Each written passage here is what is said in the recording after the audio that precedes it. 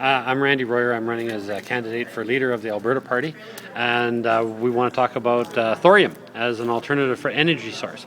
Now, I have to tell you up front that I don't know an awful lot about it, but I do know a little bit about it, and I know that it is one of these blossoming technologies that may prove to be very interesting.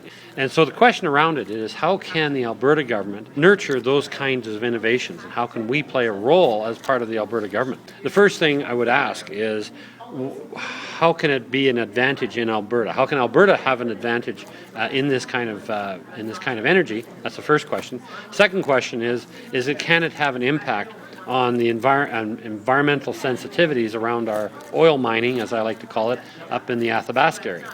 And that's where I actually heard about it first. And so what Alberta needs to do is it needs to create an environment to nurture these kinds of breakthrough technologies. And I think that what we need to do is we need to go to industry and encourage them to help fund it, help create it, and help define it, if you will. And so we have a tremendous amount of oil wealth in our ground in this province, and we need to convert that wealth into new directions and new ways.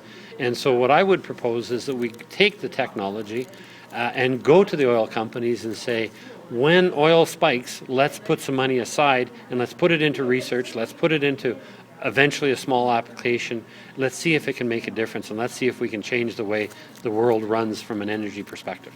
The reason I talk about bringing industry in is because the government itself is usually not very efficient at doing things, and secondly, that if we want to be entrepreneurial, which Albertans generally are entrepreneurial, those are the mechanisms through which we can get that done.